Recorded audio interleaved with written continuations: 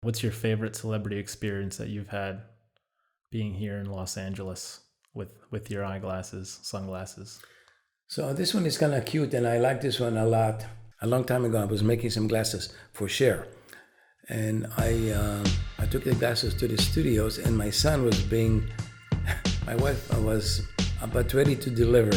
She was in labor. She was in labor.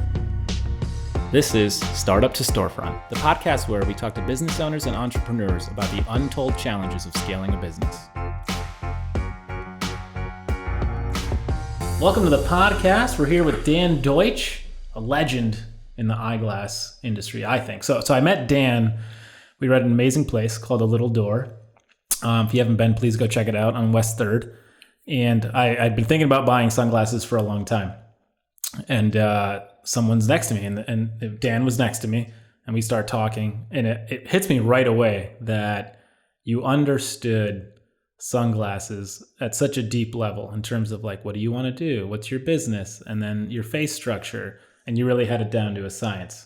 So I said, I'm gonna go visit Dan, and the next day we went to your store, beautiful place, and got some sunglasses.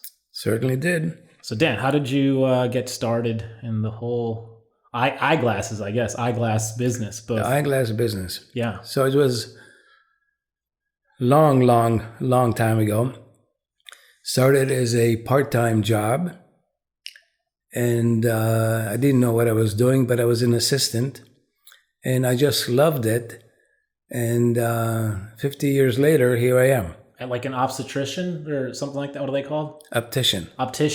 So at the time, it was a different type of a business. Yeah. Like most of the things are completely different than how they used to be a few years ago.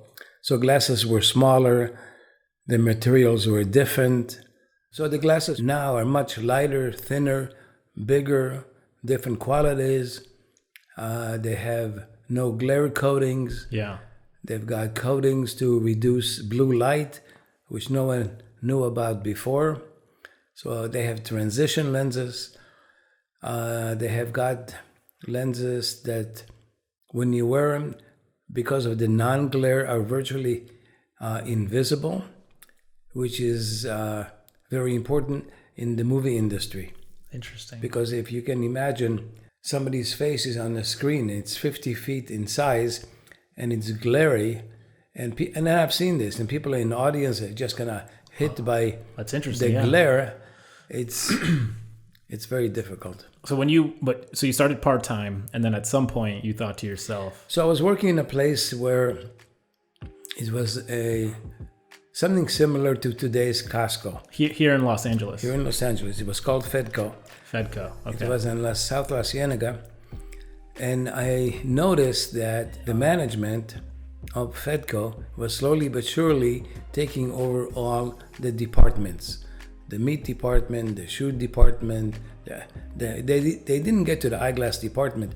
So I said to my friend, who was also, we were in high school together. I said, you know what, we need to get out of here because they are going to throw us out. Okay, but so you saw it coming. I saw it coming. We were young and we were inexperienced. How old were you? How old were you at the time? Oh, maybe 18. Okay, young. Yeah, that's young. Teenager. I wasn't even shaving yet. But anyway. You're still not shaved. Just kidding. So we came up with a plan. It was not an easy sell. So the manager of the store, he was very good and very experienced, but not very courageous. And he had 3 kids. So we convinced him that we would support his salary, providing he would come with us and open up a business. And he did. It was not an easy thing, but we did.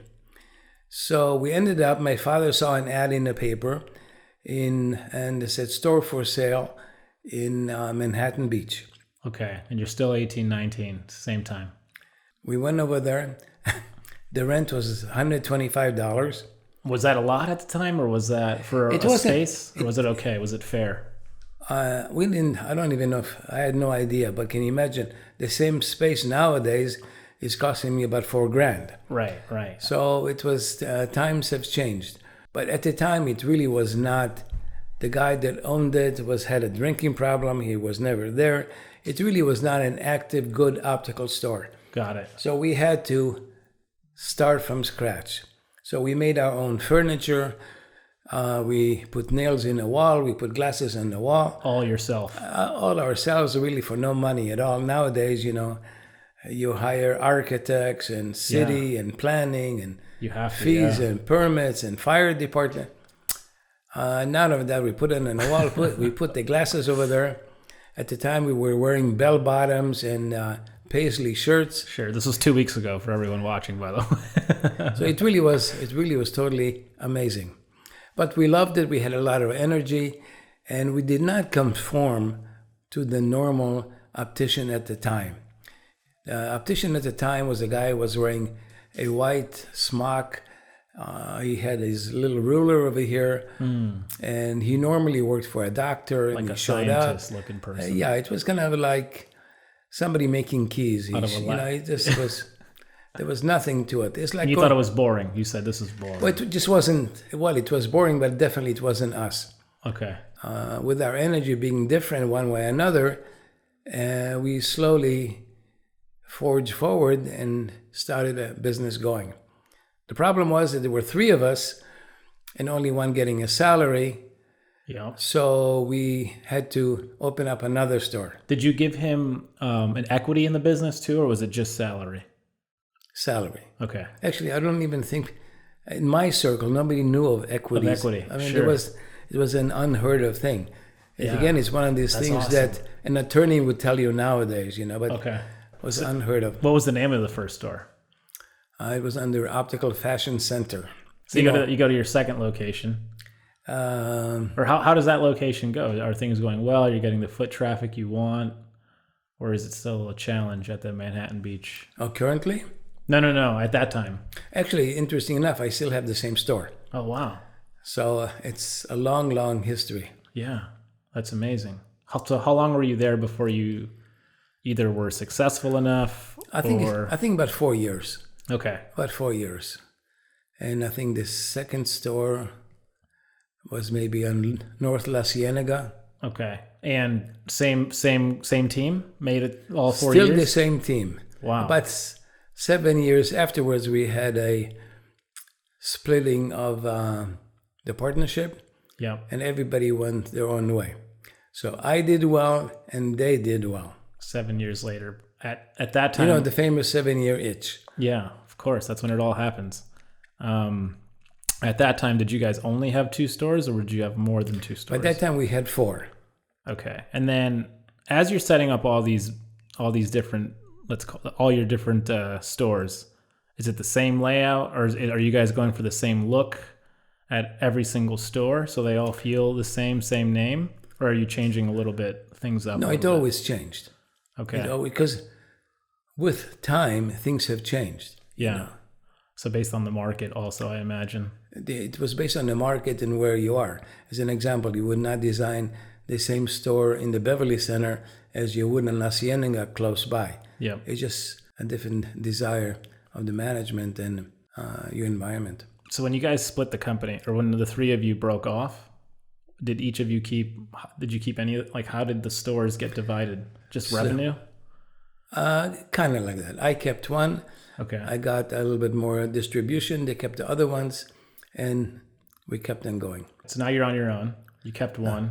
Right. You rename it Dan Deutsch Co. All right. Which one was that? So what happened was I renamed it Optical Outlook, and then I forgot how many years into it, it was suggested to me that to put a name behind the company, to call it Dan Deutsch Optical Outlook.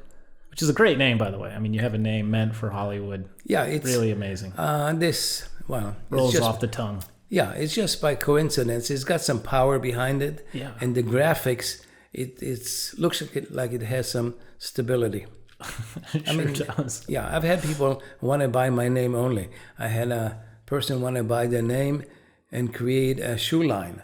So now that you've renamed one store, you're on your own 7 years later, you're 25, roughly 25, 26. What are you doing now? I was 27. You're 27. So now do you just go big? You just start opening a bunch of stores, or is it one at a time? No, it's one at a time. Okay.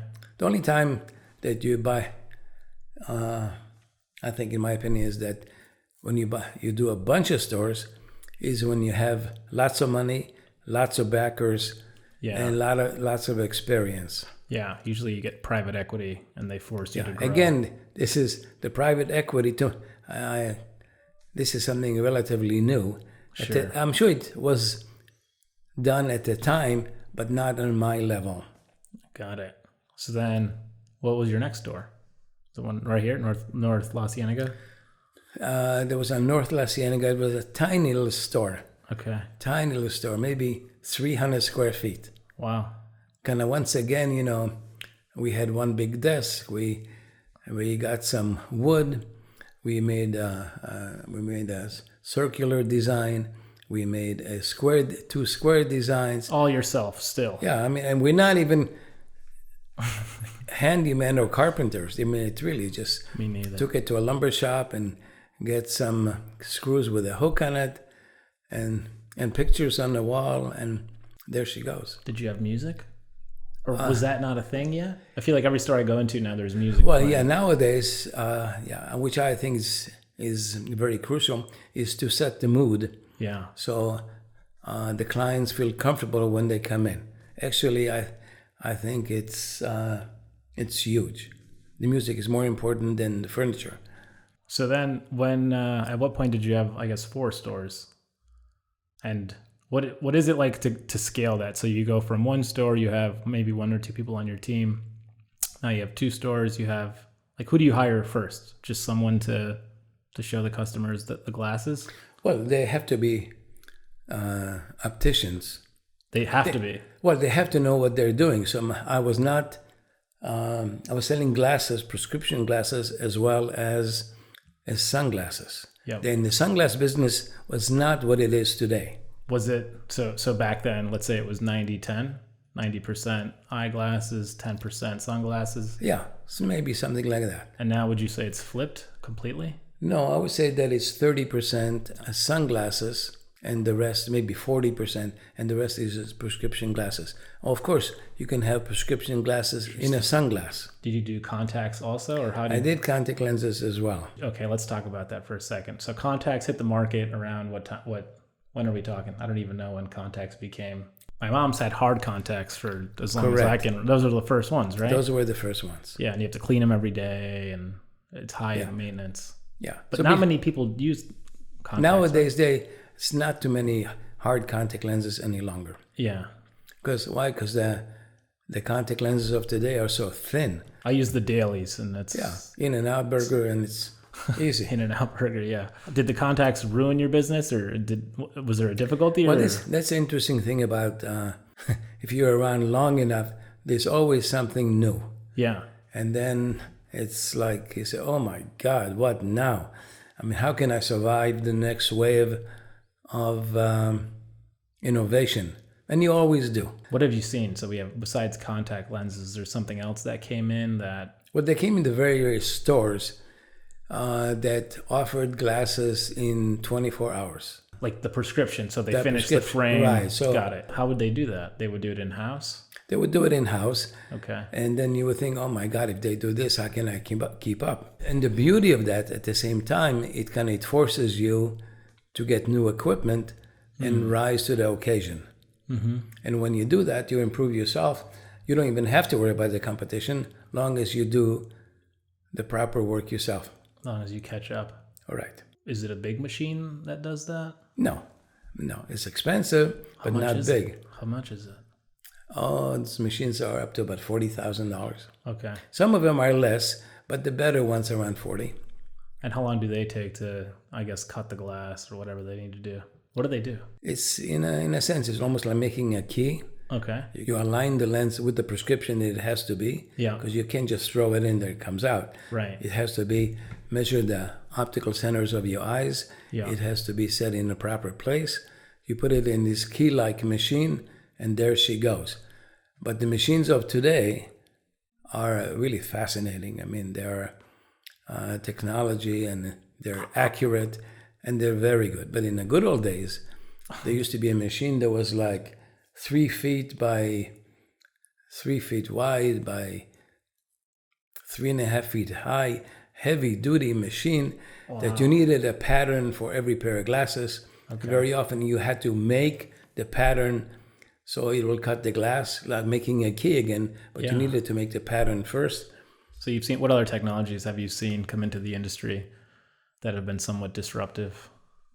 I wouldn't call it disruptive, but more or less like an enhancement. So most of the lenses that were made from glass. Now, real glass? Real glass. So if you like dropped them... They would break.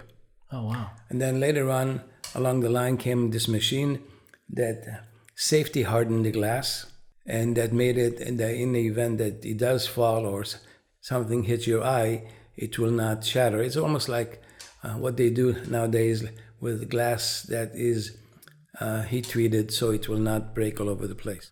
Yeah, so that's part of the thing. Nowadays, the new opticians of today, they don't even know about this. I mean, they don't even know about this.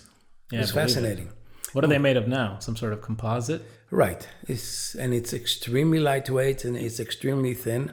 This might be a silly question. Is glass coming back?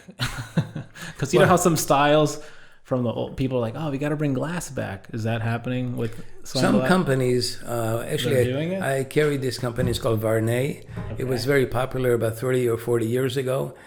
They kind of phased out in the United States, but it's much thinner and the clarity is incredible. And then something else came here in the United States, is that the glass had to be of a certain thickness and be able to withstand a drop ball test. Okay. So in other words, kind of looking out for your safety in your eye. In Europe, it's not like that. They can make it as thin as you want, or in Asia, they don't care. So if you want a very, very thin glass, Europe or Canada is the place to get it. And they won't let them be sold here in the United States? It's more difficult. It can be obtained. Okay. Nowadays, it can be obtained again, but there are some regulations that are more stringent than they are in Mexico or whatever. Sure. Like, and by the way, I was talking about the safety. Yeah. So I also make glasses for kids. And for kids, it is required that until the age of 18, the lenses be made out of this safety type of a material. It's called polycarbonate. Supposedly, if you take a hammer and try to smash it, it will not break. So this is for the safety of kids. You've been obviously through a lot. What are some of the most challenging things you've been through as you've scaled your business? And what's the hardest part? Is it inventory?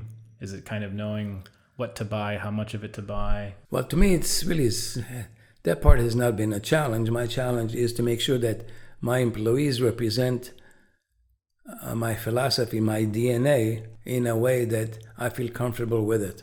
How do you do that? Like a robot. Every day I tell them how I feel. They must hate it, but I keep on saying, if you did this, you get that. If you get, whatever. So I keep on inculcating them all the time. I mean, really. And some of them learn very well. But it's a challenge, because if you come to my store, one of my stores, and somebody does not treat you right or give you the right information, you may leave. And nowadays, it's a challenge to keep your clients. Yeah. Do clients ever come in knowing exactly what they want, or is that kind of rare that happens? It's rather rare. Yeah. They have an idea, and then you kind of work with that. But some of them, they know, I want a Chanel, I don't want a Gucci. They know. Some of them, and nowadays, kind of let's go back to something which they didn't have before, is what you call branding. Yeah. So before, I'm sure people branded glasses, but the term branding was not yet invented. I see. And now people come in looking for brands and whatever they look for a brand, see a certain model, they see something in a video, it strikes them, they want it now. Do you like that, or do you just part of doing business? It's part of doing business. It's good.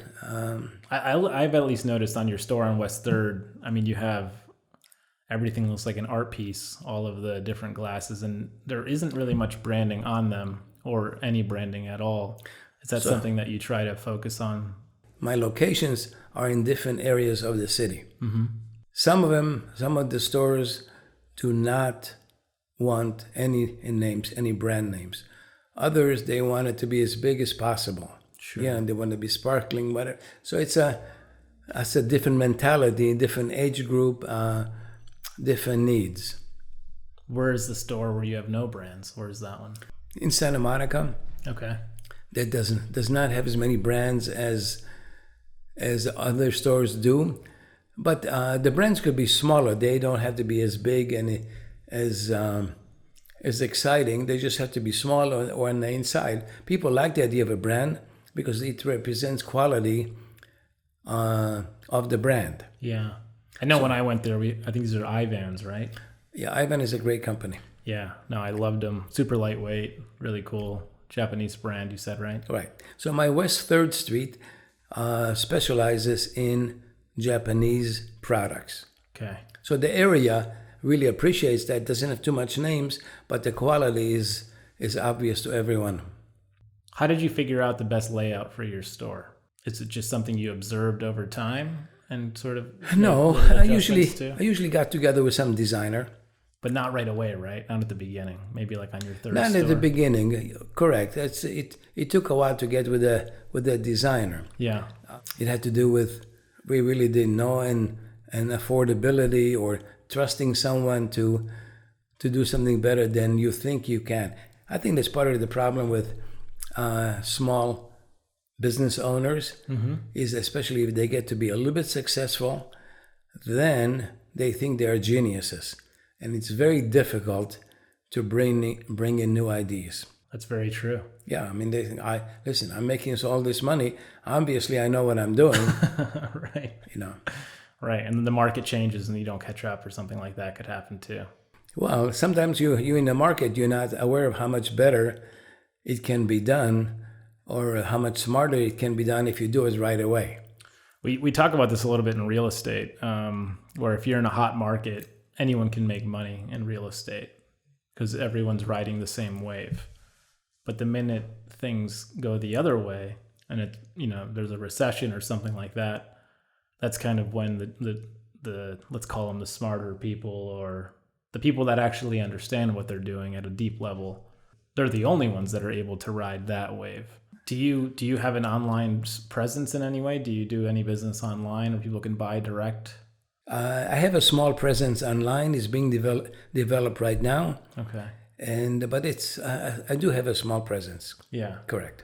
It's funny when I think about even like athleisure or glasses, you really have to kind of try them on. Like you got to go to the store, right? You have to try them on, see them on your face, look at various different options, and then make a sound decision. It's difficult to automate that. I know some companies do it, but it's not easy.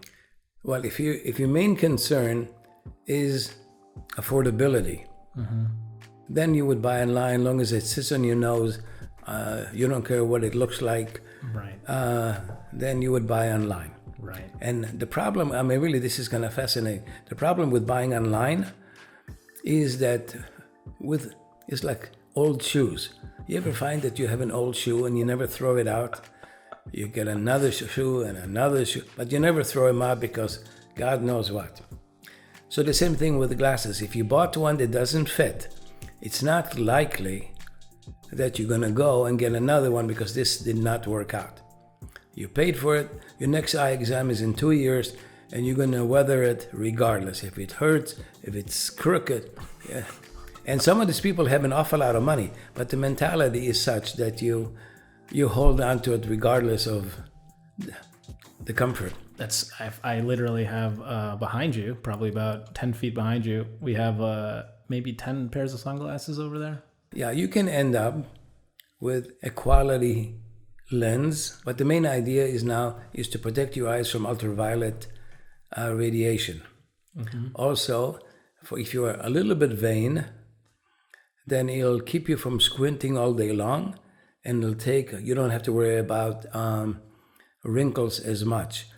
That thing is not as important, but when you squint all day long, it takes an awful lot of energy out of your body, and at the end of the day, you're tired. Is that why we see bigger glasses? That is usually a function of current designs. They go from big to small, from big to small. So it varies. But I think nowadays, both of them are acceptable. How do you source them? So if I opened up a store tomorrow and I'm looking at, I mean, there's so many different styles. Are there trade shows that you can go to where you look at? Yeah, you do. Okay. So the nice thing about the optical business of today, it became a multi-billion-dollar industry. And they have trade shows, and they're pretty large, and they're in Vegas, in New York. They like take over a conference in Vegas. The whole thing. It's huge. Oh, that's massive. That's way bigger than I thought it would be. Oh, no, it's huge. And they have one in Paris, and they have one in Italy. And the first time you go over there, because there are so many different functions of eyeglasses. Some people make the nose pads, others make the plastic. It's overwhelming how big the industry. I mean, it is. It's just when you see it, it's incredible. I'm just imagining like a mall that's been emptied and there's just sunglasses everywhere with different vendors. It's like that. How do you decide? You need to know who your client is. You know, you cannot buy something really wild and present it to somebody 60 years old. You need to know who your client is. And then you need to believe in what you're going to buy, because after all, it's your dollar. Yeah. How much of each SKU do you buy? Is there a minimum that they require? Right. The better companies require minimums. Okay. How much? Like 50, 100, 500? About 50 or 60 per company. Okay. Because they want a representation, so they're also branding themselves in your store. And when you buy, let's say 50 pairs from one designer, do they require you to show it in a certain way? Or like, do they give you a block that says, here's the brand name, you must put it this way, or are they hands off? There's very few companies, but some of them do that. Okay. They want a certain type of an image and how to place it on your board. Yeah. That's correct, but most of them do not. So it's the function of the owner to represent it in a inviting manner, enough to put it on your face and see if you like the outcome. And how often will you introduce new styles into your stores? All the time. Like, ongoing. Ongoing. Not even if you sell out or don't sell out, you'll introduce a new style. Yeah, because I want the client to come in and say what's new, and I say this is new. And then what do you do with if you're sitting on inventory? What will you? That's a good question. So sometimes I reduce the price if I know it's being phased out, or just to show something new. However, in my store, something that I phase out, for 80% of the market out there is still brand new and exciting. So it may be not as exciting for me, but if somebody comes in and the colors, the designs are new to them. It's new to them, correct. That's interesting. So will you just move them between your stores, or will you try to? I do that because when I move it to another store, they see it as being brand new and they get excited about it. That's awesome. Yeah, but it really is, in many cases, pretty timeless. From the companies that you do work with, do they ever ask you for feedback? Do they ever say, hey, how's the product doing? Are they aware of the sales?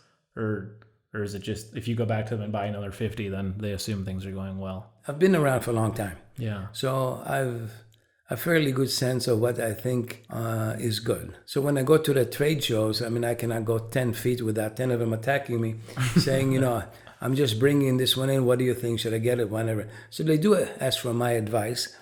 And they have a problem because they have to manufacture the frames and at least a year in advance. So they don't want to invest into something that really does not make sense. Is there a seasonality to eyewear? Like, is December a great month and June isn't? Is there any of that? Usually the summer is a better time. It's a better time because it's sunny. People are feeling better, uplifted, maybe in more of a buying mood. Yeah. They want to get a new look. They're going to go traveling. Right. And they need protection for their eyes. Or you have people that come to LA from another city and they realize that the glasses are not up to par design-wise, Yeah. so they come in. My cousin just came from Peru, and let's just say that I don't know what he was wearing, but yeah, I was like, you need to borrow some of these over here. I hope he returns it. He did. It's funny. I gave him new jeans too because he needed some skinnier jeans. It's another thing, right? Like the tailoring of jeans is So not all markets do that. So, for my opinion, kind of once again, some of the glasses, they range in price. Let's say from $200 up to $3,500. $3,500. Yeah. Wow. Are any of them the ones in front of us? No, I 3,500. didn't bring any of those over here. And of course, you can make it even more than that if you decide or your client would like to have, let's say, diamonds inside the glasses or somewhere on the glasses. Okay. So it's You're teeing me up here. what's that? Have you ever added diamonds to glasses? Yeah, and Oh my goodness. who was it? Must have been about 25 or 30 years ago, and he was in the music industry. So I made a musical clef and his initials on either side of the musical clef. Okay. That's what he wanted on the glasses. Right. And the diamonds would make the clef and the initials?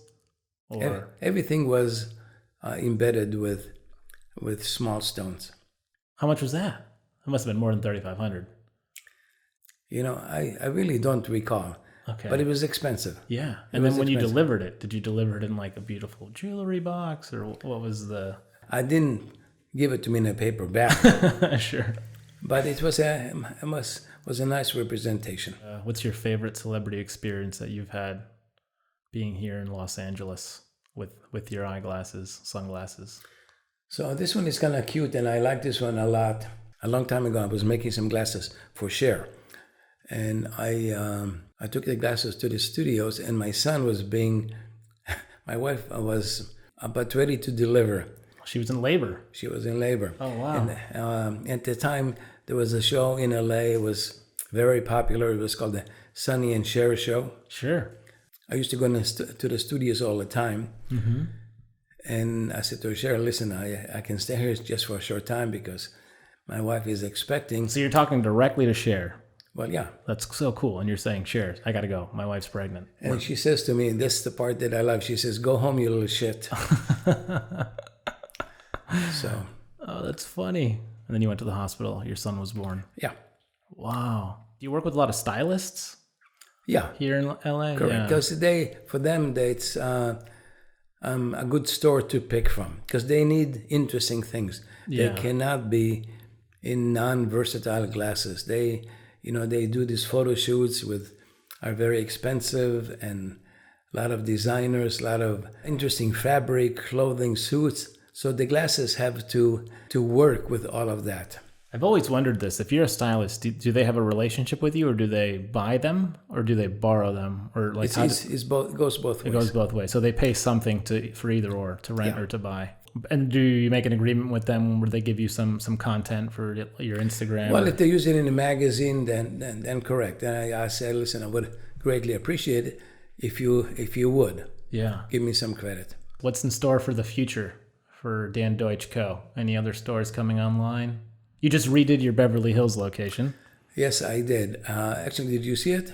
I have seen it. Looks really amazing. Oh, you saw it? Yeah. Oh, yeah. So we are very proud of it. It looks great, and it's got good music, good lighting, and it's in a very good location. So, we are thrilled. It's so interesting that you said the most important part is the music, is like getting that environment right over design, over construction, over anything. Well, let me say it's equally as important. Sure. I wouldn't say it's more important, but... and the lighting too, I would imagine, right? But the lighting is very important because nowadays, so the beauty of today is that the plastics that they make are just absolutely phenomenal. It's like, I don't know if you bought an expensive suit and it has the fabric just looks terrific. And why? Because it has a very fine thread of blue somewhere in there. Sure. It's just very tiny red. And if you can see it, you say, wow, how terrific. So the plastics of today are actually phenomenal. That's right. I remember when I was there, you asked me, you're like, see that pair, put it up to the light. And right. So when you put it up to the light, you can actually see, because maybe inside the store it's a little bit too dark. Right. And I've been in situations where it's just amazing. Last year I was invited to a show to buy frames. The frames were a well-known company. I don't want to mention it. Sure. But the showroom was so dark. And I said to the foreman over there, are you kidding me? How can I buy something I cannot see? But when I say it was dark, and these are people that put the shows together all the time. Yeah. I said, so next time I want to go down to IKEA, buy some of those spotlights, and bring it. Otherwise, I ain't coming. And so not everybody is aware of that. Yeah, I remember I used to have a bow tie company. And when we first started, we would go to farmers markets and we would sell them under tents. And what I would do a lot, they were all silk, but what I would do a lot is I would show the customer the tie in the sun. And they were like, oh, it's like everything pops a little bit more. And then it became instant. They understood it. Because we played with a lot of paisleys. And so when you're making a paisley bow tie, there's every different color. And it looks significantly better in the sun. Like it really pops a little bit more. So Dan, for everybody listening, you have 7 stores. Where can people find you all over LA? You can look at my social media. It's under Dan Deutsch OO. On Instagram, right? Primarily? Yes. Yeah. And then we are in Beverly Hills. We have a great store in the UCLA Eye Medical Center. We have a store in Studio City, one in Manhattan Beach, and another one in Santa Monica, one on 3rd. And we are probably the best curated eyeglass store in LA. Actually, for sure, there's no one. My nearest competitor has got only 2 stores. So with 8 stores, I have an awful lot of interesting product.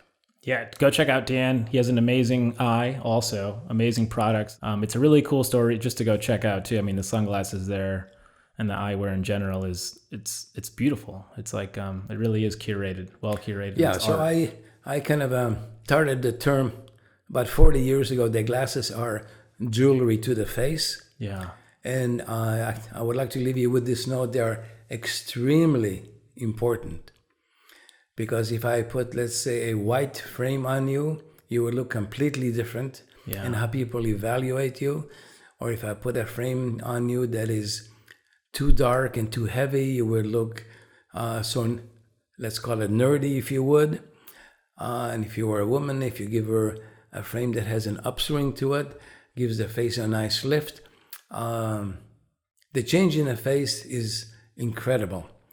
So if you come to me or someone else, take your time and make sure that you select wisely. Yeah, I love it. Go see Dan. Thanks for coming on, Dan. Thank you.